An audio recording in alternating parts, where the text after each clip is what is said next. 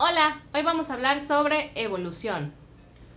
Cuando hablamos de evolución tenemos que mencionar a fuercitas a un personaje muy importante llamado Charles Darwin, quien en 1831 emprendió uno de los viajes más importantes de su vida a bordo del barco.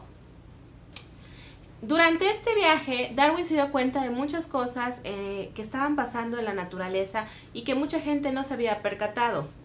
Durante el viaje de Darwin, su papel era ser el de naturalista, es decir, recolectar diferentes especímenes y llevar anotaciones de lo que iba observando.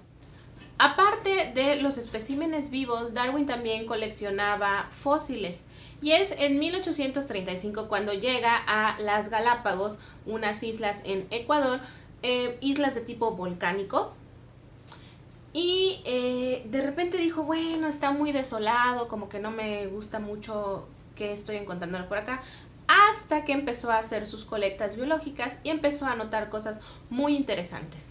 Cuando el viaje de Darwin terminó, él llevó todos los especímenes recolectados hacia Inglaterra y cuando llegó pidió ayuda de un amigo de él, ornitólogo, y empezaron a revisar las especies que habían colectado tanto en las islas como en el continente en sus viajes y descubrieron que eran especies distintas. Curiosamente eran similares a los de tierra firme, pero muy diferentes a los que estaban del lado de Europa. Entonces esto empezó a despertar su curiosidad.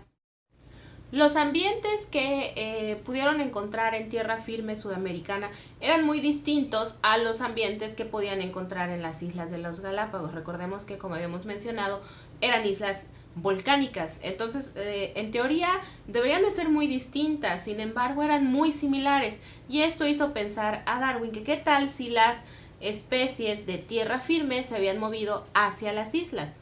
Después de sus observaciones, Darwin generó la hipótesis de que estas nuevas especies aparecían a raíz de cambios graduales en las especies originales, pero no encontraba cómo poder explicar esta situación, por lo cual recurrió a los criadores de palomas para poder explicar su teoría.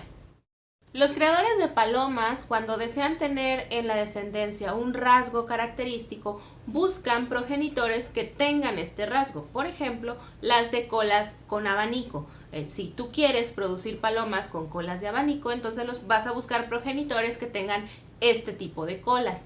A este entrecruzamiento selectivo que seguramente recuerdas entre los temas de genética, Darwin lo conoce como selección artificial, y eso también ocurre en diferentes razas de perros. Por ejemplo, nosotros hemos visto que existen diferentes grupos de estas mascotas para los humanos, los mejores amigos del humano, pero aunque tienen características similares, vemos que, por ejemplo, algunos creadores buscan cruzar a ciertos animales que tienen características muy particulares para mantener las características de las razas. Entre algunas características de razas de animales podemos encontrar a que algunas, por ejemplo, como ella es Nala y tiene sueño. Nala tiene, si la vemos de perfil, un hocico bastante chatito. Esto es porque los creadores buscan ciertas características en este grupo de perros que se conocen como pug y buscan fortalecer ciertos rasgos. Entonces, cuando los creadores buscan, no sé, que el hocico sea chato, pues los progenitores tienen que ser chatos. Diles adiós, Nala. Ay, linda.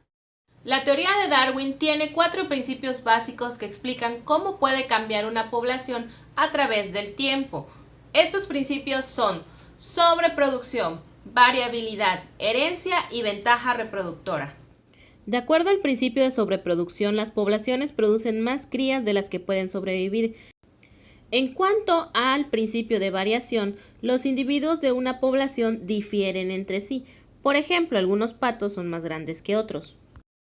El principio de herencia dice que las variaciones se heredan de los padres hacia los hijos. En cuanto a la ventaja reproductora, se menciona que algunas variaciones permiten tener más crías al organismo que las posee que al organismo que no las posee. Por ejemplo, algún pato que tenga alguna característica que llame más la atención de las hembras. Darwin llamó a su teoría la selección natural, considerando que si tenía suficiente tiempo para actuar, podía dar origen a nuevas especies.